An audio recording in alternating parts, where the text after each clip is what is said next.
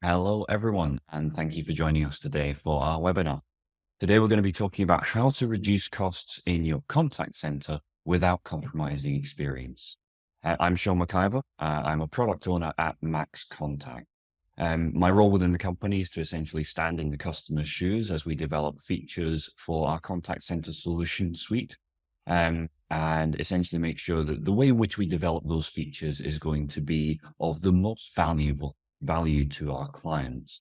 I'm pleased to be able to say that I'm joined today as well by Ben Booth, who is our CEO of MaxContact. Ben, you want to introduce yourself? Yeah, thanks, Sean. So I'm Ben Booth, CEO of MaxContact. Been working in the contact center for 20 years. I started off as an engineer and an implementations engineer, so I've been involved. We'd already installed over 500 contact centers, so I've had first-hand view of these challenges and then also the evolution of technology in this sector. Yep. I'm also gonna call out something as well. We were talking before the webinar started. So I started off in a contact center while I was still at university. And so, although in the blurb for the webinar, it says that we have nearly 30 years experience between us, we worked out that it's actually nearly 40, which is always a delightful thought to suddenly realize. So yeah, I've been involved in contact centers in various industries across energy, debt collection and BPOs before joining MaxContact as product owner. So yeah, between us, we have almost 4 decades, Ben. That's a delight. Yes. So a bit of administration to start with. We are recording the session. The recording of the session will be sent out afterwards. We will also be having a Q&A section at the end. There is a Q&A. If you hover over the Zoom window, there's a Q&A section at the bottom. Please do submit your questions throughout the course of this conversation, and we will get through as many as we can at the end. If we don't get through all of the Q&A sections, then we will kind of contact people individually afterwards to follow up on all of those various answers. With that all being said, let's make a start. So why are we doing this webinar, I guess, is the first question to ask. And the headlines kind of paint the picture here. It's no surprise to anybody on this call, I imagine, that we've seen, the energy crisis in terms of prices. Cost of living crisis has gone up. There was the Great Resignation following COVID-19. And so looking at business as a landscape, and it's to a greater or lesser extent, it's almost regardless of the industry type, everyone has been affected by this in some way, shape or form, whether that's your suppliers, whether that's your customers, huge impacts across the board. And those are just some headlines from there. I guess let's talk around this a little bit. I've mentioned in terms of people costs there, Ben, your thoughts on that one? Oh, people costs rising. I think Rising, the world's seen this. I mean, we're a development company, and never more have prices increased than they have, especially in tech and development resources. And yeah, I mean, ultimately, everyone's been asked to do less with more. In the pandemic, we saw across our base, certainly, and it was, we speak to our competitors, it's iterated across them as well. People and staffing was down around 30%, but actually interactions into contact centers was also up about 30%. So it was, it's coming from both sides. The work from home meant that a lot of people weren't waiting till they finish work to solve those problems out that typically used to do when you have an admin day. And the influx just happened. And it's not gone away, and it won't go away now. We're in this, and we're all trying to find the best solution for it going forward. Yeah. I think the other point that's worth making is that within our industry, within the contact center industry, I think it's more to point out that there are certain demographics within that industry that are perhaps more affected than others. Mm-hmm. And one that I want to call out from my own experience previously is those who are in the BPO space. You think about they're trying to deliver not only on their own metrics, but you're also trying to deliver on the client requirements, which can be massively varied across all of your individual third-party clients. And, in some cases, that could be well over 100 different clients or more. And so I think that's very challenging because then also you've got that layering effect. Your provider licensing costs may be going up. Your third-party squeeze, if you like, may be increasing. and their differentiating requirements then puts pressure on the systems, puts pressure on the training, puts pressure on, a whole range of metrics that then follow on from that, which I think is worth pointing out. As well as the increase in the business costs overall that we've talked about. And obviously businesses want to, they need to turn around profit. They need to, be adequately functional as a business. And I think that's one that's worth pointing out, because particularly for BPOs, when you've got those third parties and those requirements are different, the degree of flexibility that's required to deliver what those clients want is critical. And I guess to a point, we see some of that internally as well, Ben. Yeah, and don't get, we see DCAs as BPOs, they're just a collection of BPOs, and new regulations are on the way. And it's not just customer service, regulations is a key part that you have to adhere to, which is getting trickier and more costly to do. So there's lots of different aspects, but the issue is it's all going one way, and that is the problem. Yeah, absolutely. And so with that in mind, these are the drivers behind the conversations that we're looking to have today. And so I think as we think about how do we go about reducing the costs without compromising on the customer and the employee experience, I think that's a really important point here. We're not just talking about the customer experience, we're talking about the employee experience. And when we were doing some research on this and when we were kind of digesting it and thinking about it, we felt it generally fell into one of three pillars. You had people, you had technology, and then you had data. And so we're going to tackle those in not isolation, because they branch across each other, but we'll cover those off individually. And there are it's a web that kind of covers off and touches multiple points. The very first thing, I guess, is the biggest one, certainly from everything that I've read, is around people. It was the first thing that we said when we talked about this as a subject. We're going to need to talk about people and staffing. And that's on two fronts. Obviously, you've got recruitment and retention. So I guess, Ben, in terms of through the lens of reducing costs without compromising on that employee experience or the customer experience, can you do your people? How do you do it? No, and I want to preempt this. There is no silver bullet. There is no right or wrong, and none of the answers we give today apply to every contact center, or don't, and some do. And we see such a range. We see contact centers utilize and do all the things we may discuss today, all the way through. I mentioned earlier, I spoke to a DCA the other day that was still using spreadsheets and manual data. So we're going to do a broad range here, and hopefully you get some. So what we did see a lot on the people costs in the contact center space is that we'll say originally, I'd go back pre-pandemic, a lot of agents were treated a bit as a command in the contact center space. Attrition, we used to see upwards of 30%, some sectors. That wasn't uncommon. As we had the staffing crisis, there was a massive shift towards employee engagement in the contact center, but that came in a hybrid working. What motivates people? If you're an agent and you don't understand how you add value to the business, or what the goals of a company are, or have I got a progression path, all those things other than just money, all of a sudden came to light and surfaced. And I think a lot of companies are now focusing on these things. If you're not, think about them the same as you do most businesses. And it also became a massive struggle where we're seeing still 50% of our contact centers are in hybrid or remote working. And working from home in a contact center where you've got your branded mugs for company X, if you've not got that buying commitment and there's motivation there, then it's very easy just to change that branded mug for another contact center and you go work for someone else. So your investment in recruitment and training is lost. I think companies are starting to realize that now, and that investment in the staff and keeping them and skilling on board them is catching up with the rest of the workplace that you typically see. That wasn't there prior for a lot of companies.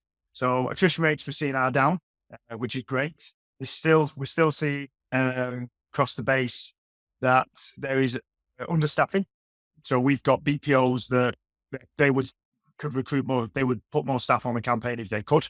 So there's still that, then the under resource. And then a lot of it came down to the training, where we're seeing attrition rates increase, where the staff that had been there the longest, actually, the burden was coming on them because they were understaffed and the training was being rushed through to get people on the phones to deal with the interactions. But it wasn't actually adding the value of having the bum on the seat that it used to do. So this then ties you back to data, and all these things will start linking together. But with the people side, it really has changed. And I think it's looking at the people when we're looking in, and I don't like cost cutting as a term. We've had this conversation, Sean. It's sustainable growth, and what business doesn't have to grow sustainably. And actually setting this challenge to all the people. And I want to discuss this. It becomes a challenge for the business and the teams from the ground up, not the top down.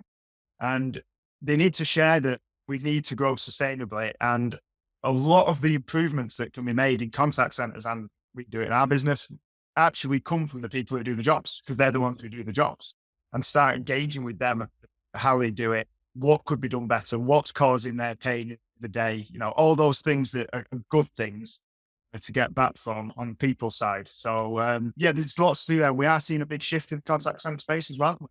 It's clients on what they're doing, but it certainly is playing catch up, and there's still a lot more to do. So bring that to the forefront. Yeah, absolutely. I think the value placed on staff, exactly as you say, that migration from commodity to asset, and actually seeing them as a whole person.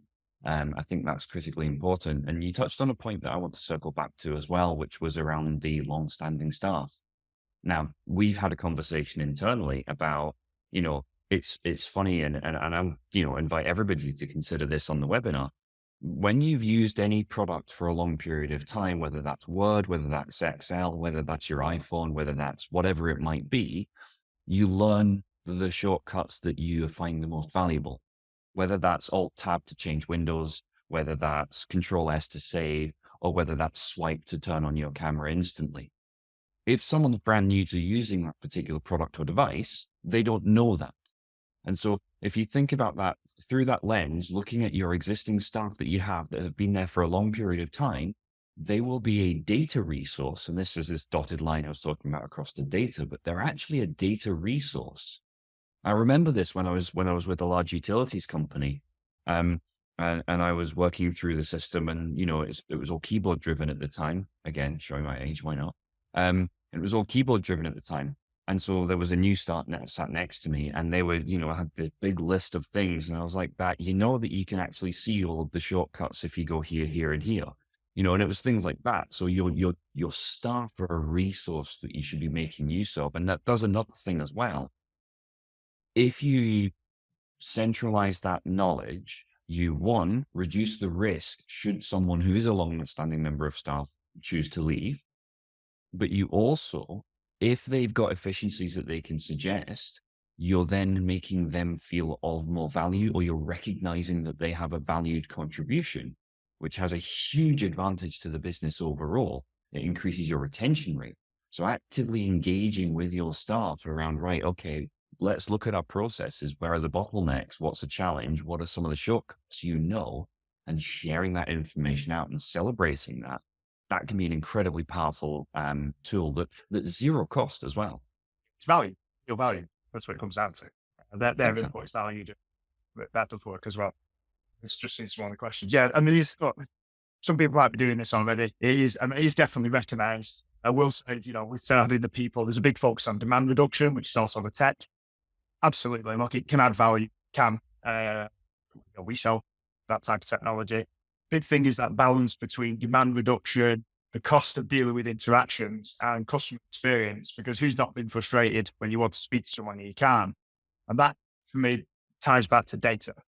Again, we'll talk more on that. So it's the big thing that we have seen across all the sectors and all the implementations we've carried out, especially BPOs, DCA spaces, is when we look at an initiative where there is absolute value to be had, and that's where software exists at the end of the day, is to deliver value. Anyone who sells these technologies wouldn't have a business otherwise. It's not fire and forget. And that's a big mistake as well that people make when they implement initiative technologies. We'll talk about that a bit more with some of them in the next section. So I'm mindful of time already, Sean. You can talk about this subject for a while. Well, I mean, seeing as we are, we are a tech company, let's move on to the tech then. Now, we talked before about reduction of demand. Just to kind of frame that one, I remember when I was working for a DCA previously, I was a dialer manager there. And I remember one of the things I hated hearing most, because I was quite close to people on the phones, one of the things I hated hearing most was a user receiving a call and then saying to a customer, "Oh, you just want to pay." I was just like, that's such a loss of value and expertise when it's just make your payment. Why didn't they use a self-serve route? So anyway, sorry, but yeah, in terms of tech side of things, let's think about, agent productivity. I was as well in the last 10 years. I'll tell you what, I don't know an industry that has embraced modern technology as much as the contact center space. And any system now probably does more than you think it does. That's another problem. This is why customer success teams have cropped up, and lean on them as well. Lean on your vendors. Ask them to prove how you can deliver more value. Ultimately, that's all our vendors' job. Our job is to deliver value to our clients. And they need to make sure as vendors that remember that as well. So, and there's lots of little things they can do that are there. And there's extreme technologies that are coming out, common extremes, cutting edge. So there's things like the real-time agent assistance. We've gone through, we've had Omni-On's here to stay, but I think still 70% of all interactions are voice. So though everyone's trying to do deflection to digital because it's cheaper, yes, it works. Yes, it can save value, but it's not solving the 70% of the issue. So now agent assistance is coming in. And I will call out, I've seen different agent assist products. I do not agree with complete scripted ones. I think they devalue and demotivate agents more so than any other tool in the industry. But they most certainly can improve and add value and increase training time and make people deal with more complex or more activities rather than just one. So examples are of agent assist, if you don't know what it is it's real-time transcription of a call while I'm talking. So me and Sean would have real-time transcription. And if Sean as a client turned around and said, "Where's my parcel?" The agent assist would either, what's my balance? It would go off with integration with the CRM or whatever and pull that information back to the agent to make it much faster and more efficient. You can link into knowledge-based articles. So I've heard you've asked this question. Here's the most common knowledge answer that we know solves this problem. So it can really add value for training. So that's where the technology is going. But then this simple things that we still don't see. I mean, DCA is an example. PCI payment processing has been here for a long time, but the amount of DCAs we still don't see using technologies like pay by link, send an SMS. Most products now start producing workflows, contact strategies, where one of the, send an SMS with a link and they can pay by the link. It's collecting a payment and it's using where Omni's coming in, it's great. You still need to try all the channels because what works for one client doesn't work for another. And don't assume I'm going to get all my payments by sending pay by link because you won't. The IVR was very popular. These common things we've discussed in the past, Sean, we've gone through them that your technology can do. But that then ties back to me. Big part of it is looking at the data and setting some of these challenges of how we improve efficiencies within the contact center, because that ultimately will reduce costs because you can do less with more. And there's lots of things like that we don't see being used in contact centers that products like ours and others, this isn't just us, they do this by default or they'll have the capability to do it. And you should be leaning on your vendors. I'd say the biggest thing most people learned in the pandemic is you as a business for a contact center who is agile as your partner. Right. Well, we're in an agile workspace now, and most partners around should be agile and they should be adapting as well to you. And you should be leaning on them to get some of these answers on what you can do and what's already available because you can do it and there's no extra cost typically. So, yeah. But the technology is really moving on. I will say what works for one doesn't work for another. Conversational AI is great as well. The chatbots have been around for a while. I use chatbots if it makes sense. If I'm making a payment, for example, it's a simple process. It makes your business 24/7. You can do it. But we also have within our client base a fraud line for a bank. You don't use a chatbot for fraud.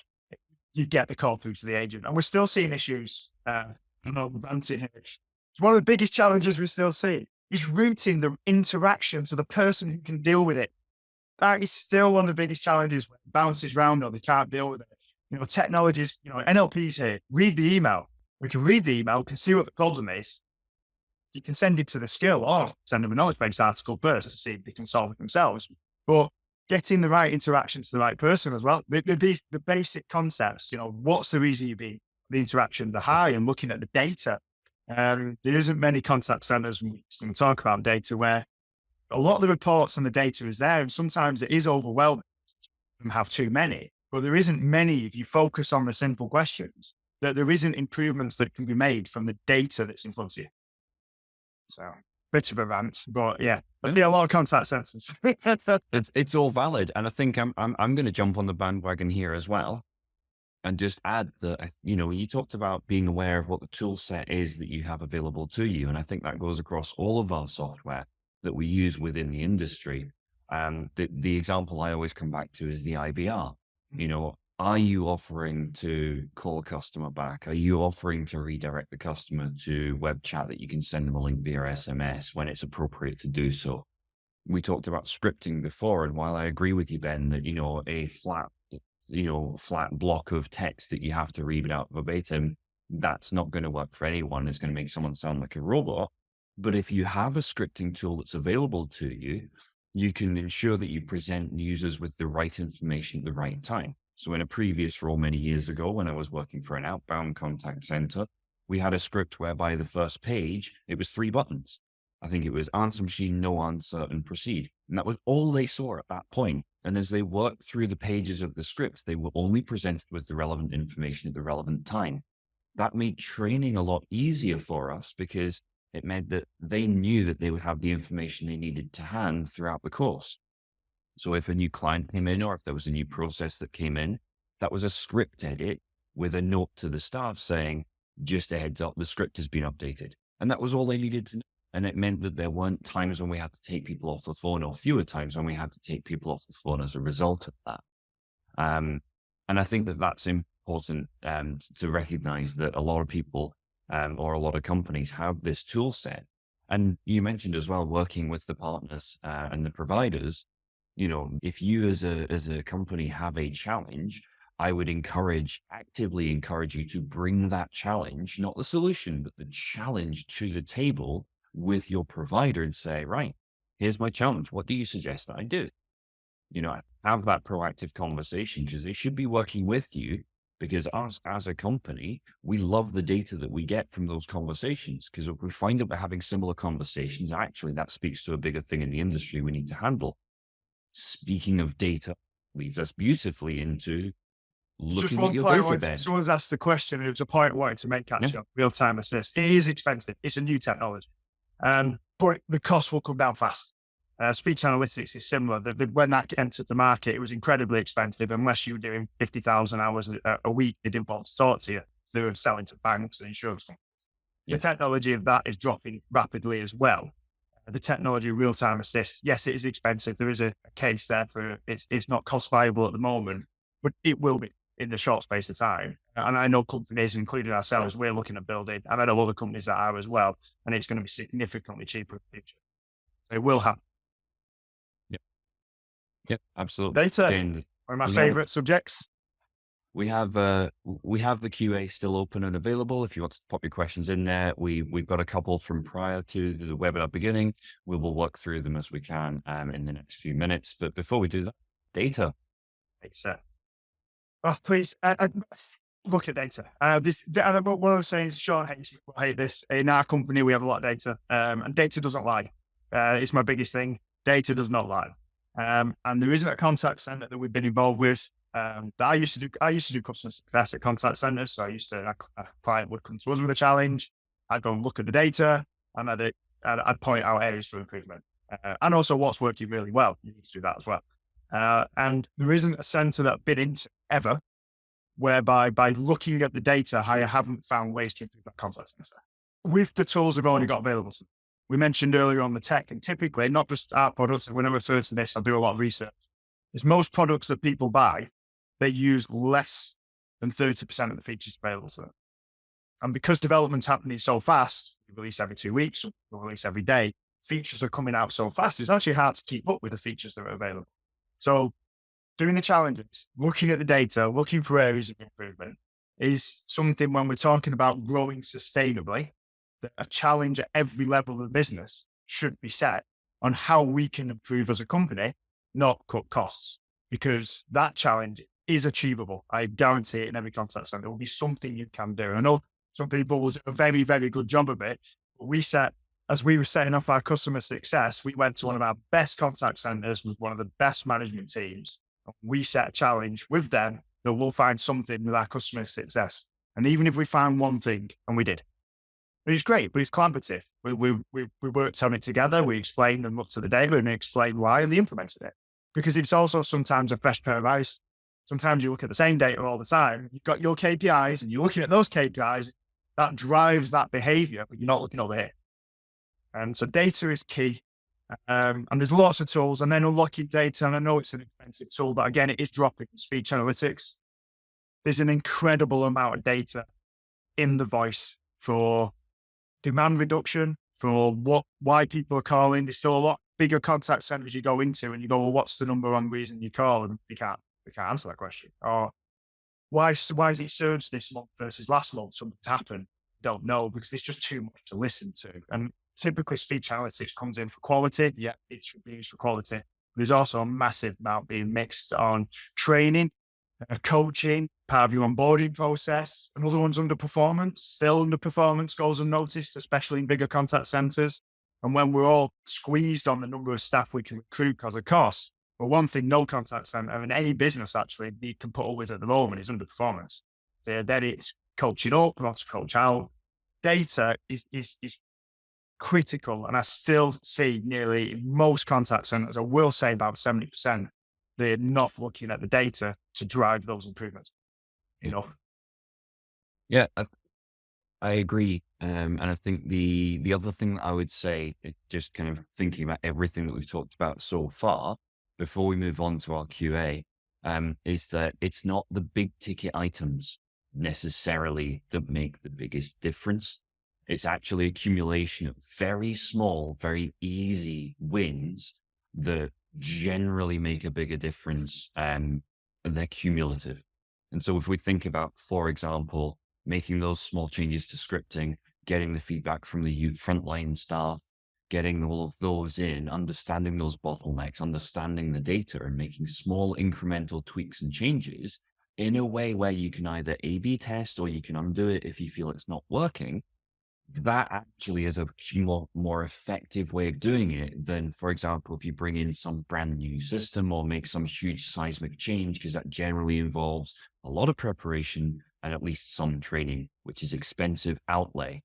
So You I'll touch on a point for forget you just touched on, mentioned one other thing, and it's all companies is this in some contact centers I've been into. We straight away we said, what's the reason you're not doing this? Because I don't see why you wouldn't do it. Fear of change. There's death by paralysis making a mistake in a contact center and making an effect worse. As managers and leaders, whoever's on this call, one thing that you have to do, we all have to do, is create that culture that testing, trialing, measure result. You have to measure the results. You can always revert it back. Is acceptable. If you don't do that, then change doesn't happen. That's something else that drives on the people side. And you touched it there. We've seen some contact centers we go into using our products and we put recommendations forward that we know will add value and they've not done. Yeah. There's no cost. So yeah, I think we all need to look at that as well, why that happens. But yeah, there's a question there. Someone asked, how did you demand reduction? I'll answer that. There's different ways, how they deflect into digital. The most common one we've seen voice to digital is in an IVR, if the queue time's high on the voice call, say 20 minutes, and you check your queue time on email or web chat queues and it's low, they tell the person queuing, we'll save your position in the queue, we'll call you back, or would you like to go to web chat that has 2-minute queue time? If you do, press one, send them an SMS, click on the link, they're in the web chat. There's things like that. So again, looking at the data, where appropriate, it improves customer experience. If you try and do it on every call just to get away from voice, it decreases customer experience. So that's why there's no 1 and 0 answer. It's always specific to the use case. And there is others. And if you want more, we will add some more all the Q&As and we'll do more thorough answers. Again, mindful of time. I'll be getting shouted at soon. But I could talk about this topic for 2 hours and what we see, what works as well across industries and why it works. And more importantly, why things fail, because that's another common one. Yeah. Yeah, absolutely. I think we can probably squeeze in one relatively quick question before we need to close off. So we're going to run maybe a couple of minutes over. How do you get the entire team bought into cost saving? Was one that we had before the webinar. Okay. Well, I've said it before on this call. Firstly, you're not cost saving. You're growing the company sustainable. And if language is a big part of that, and it's because then it becomes part of the problem solving. You're not cutting costs. We're becoming more efficient. And that's again, to be brutal, I like doing the unpopular opinions. Any leader, manager, that's the job. It'd be great if we could all just keep spending money, but we're not living in that world anymore. The job is now we need to grow sustainably. So we set out those challenges. Don't be afraid of making mistakes. We have to create that environment with leaders. Let them experiment as long as, it's done in a safe working environment where results are measured. And if it's not going well, it can revert back fast because you will find some won't work, some will make permanent improvements. If there's a fear around spending money, well, there is that a lot at the moment. All products and services should add value. Although there's a salespeople trying to sell you anything, that shouldn't be the case anymore. You only sell to people where you know you can add value. And quite often now there's vendor challenges where they have to prove their value before you sign into contracts. That's common now. And there is definitely, I would say, in some contact centers, in order to improve that efficiency, we see that even in our business, technology is the answer. Yes, staff are a big part of that, but so is technology. And it doesn't always decrease costs, but it does improve efficiencies and experience for a smaller cost increase than what it would to get the same uplift with increasing pure staff costs. And he's putting that argument through and can make it compelling. And like I said, how do you get everyone bought in? It's a challenge we all have to face. So let's solve that challenge together and make it, a challenge that we're going to do as a team. Also, don't just solve the problem and say they've got to solve it. We're all in this together.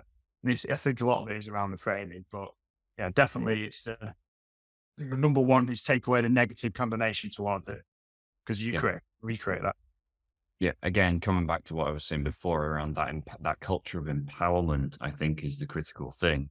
Here is a challenge we face as a business. I encourage everybody to be empowered to consider this and come forward with ideas. The asterisk to that is that if you are saying that to your staff, you kind of have to live and breathe that. If you invite in ideas and at least, if they're not engaged with or if they're not responded to, then that can be a negative. So if you're inviting that, if you're opening that door, be ready for what comes through that door and at least tackle it positive, whether that's a yes or a no, acknowledge, tackle and handle that. Yeah. Internally, for example, we have a crazy ideas board. You put anything on there. Everyone knows what our priorities are. Put your crazy ideas on the crazy idea board. Just things like that. But again, you have to deal with it. We've already had someone chasing saying, where's the feedback on the crazy ideas board? And we haven't got to it. But there's some good ideas there. There really is. Yeah. I'm definitely going to get that climbing wall in the office, Ben. So unfortunately, we have run a little bit over. Apologies for that. I'm going to draw us to a close there. Thank you, everybody who's submitted questions. We will reach out to you separately afterwards with responses to those particular points that we haven't got to. We did tackle a couple of the Q&A questions that came in through the course of the conversation, but we didn't get to all of them, so my apologies. Again, a reminder that we will be sending a follow-up email with the recording so you can review what we've said. And if you have any other additional questions that come off the back of this that you think of after the fact, Ben won't thank me for this, but I'm going to say reach out to us on LinkedIn, whether that's MaxContact directly, or you can go to our website, maxcontact.com. Reach out to us. We love having these conversations. As you can tell, Ben and I are both pretty passionate about this stuff. So yeah. And on that note, I'm going to say thank you very much to yourself, Ben, and to everyone who joined us today. Thank you very much. Thank you, everyone. Cheers.